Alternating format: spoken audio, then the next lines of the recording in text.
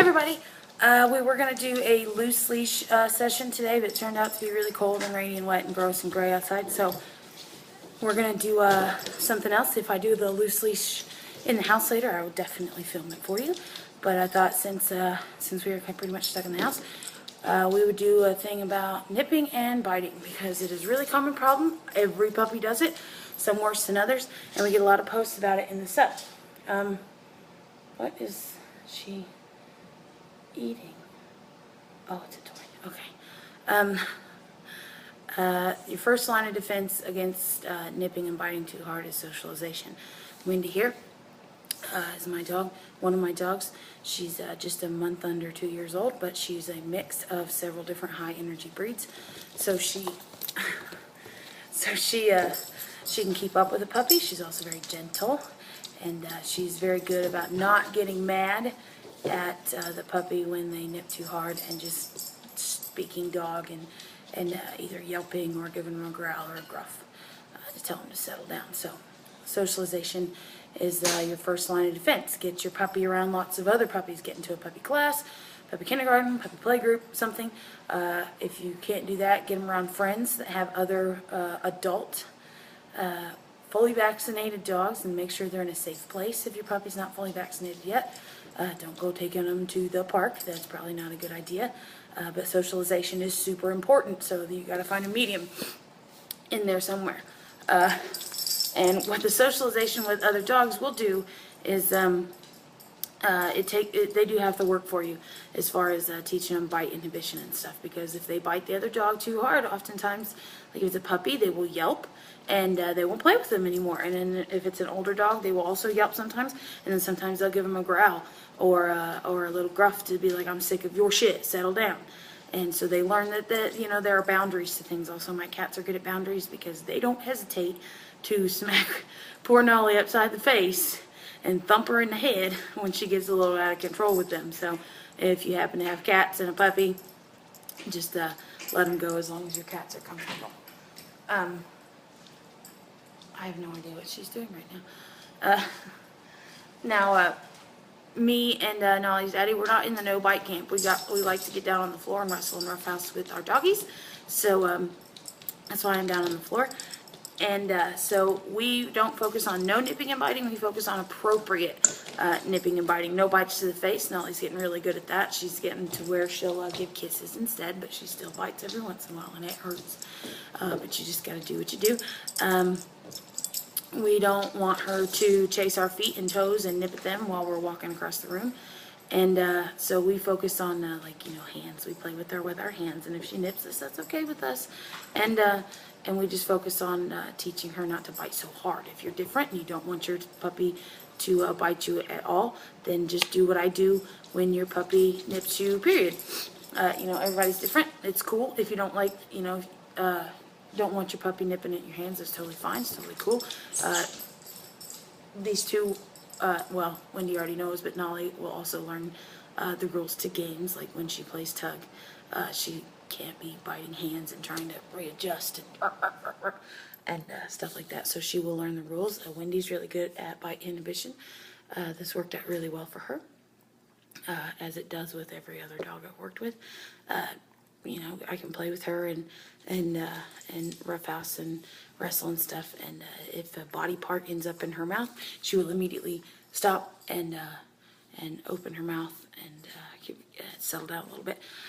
And it's important to teach bite inhibition, even if you never plan on wrestling with your puppy or playing with your puppy with your hands, because at some point, no matter what you do, whether you like it or not, a body part of yours is going to end up in your puppy's mouth, and we want to make sure that they know to stop and slow down a little bit. That way, when little tiny puppy teeth turn into big kid teeth, there's no damage, because that's really rough.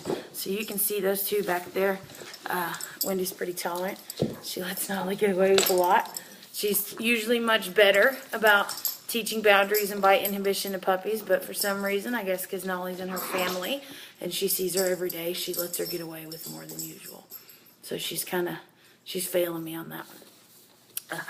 But Nolly does get around other dogs as well, especially like my other dog. He is older and he is slow, and he's not a fan of rambunctious puppies, so she she doesn't get to play with them. So this is what we do when we play.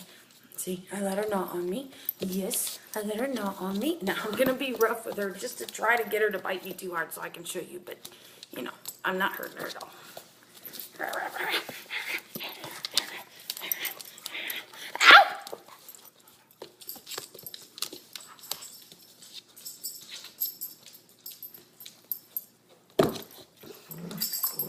Well, you can see that she stopped for a second. I mean, before she went leaping off my back into Wendy's face, she stopped for a second like, hey, what happened?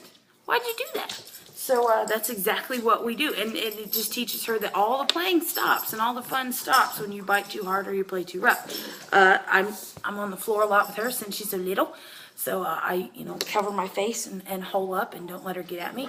Put my feet up behind me so she can't get at my feet.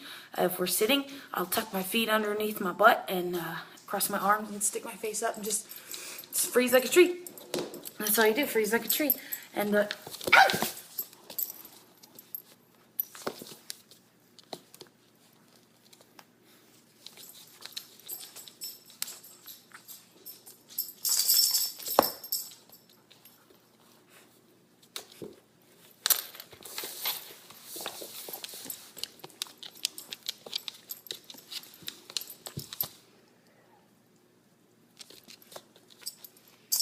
see?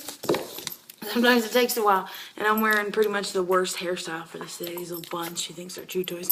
But that's what you do. You freeze up, and it hurts. Let me tell you, it hurts. I have a chunk taken out of the back of my ear back here right now. And she has gotten a hold of my earrings and popped them out, but I always wear quick release earrings. It hurts, and I've got little scratches on my hands and stuff. You just have to deal with it. You just have to watch what you're doing. Watch what you're doing. You just have to deal with it. You just have to grimace. If you have to grimace, but you freeze like a tree, and you just have to do it. And eventually, thank you, Wendy. Eventually, go over there so I can talk. Eventually, they will get the message that all the play stops. It's not going to happen in 2 weeks. It's not going to happen in 3 weeks. It's probably not going to happen in 2 or 3 months.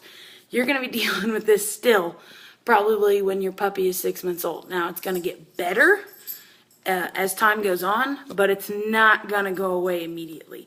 It's just not. It takes a while to learn that lesson. And like I said, lots and lots of socialization does half the work for you.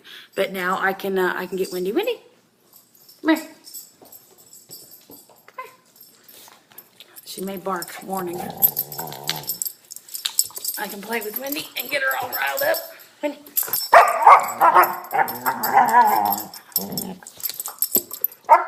And I'm never in any danger of getting bit. Now, Wendy is just a rough player. She, Wendy likes to wrestle and play rough and rough house, and she likes to make a lot of noise when she's doing it. Roo-roo.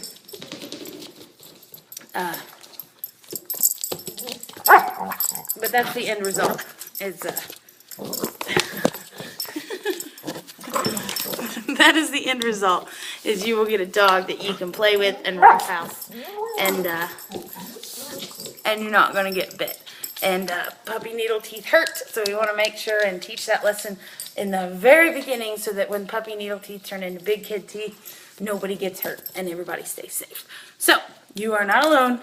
Trust me, I am covered in scratches and bites and puncture wounds, and obviously she crawls all over me, but she's a puppy. That's what they do. They explore with their mouths, and we just have to work around it and try to teach them and wait. So we'll see you next time. Bye, everybody.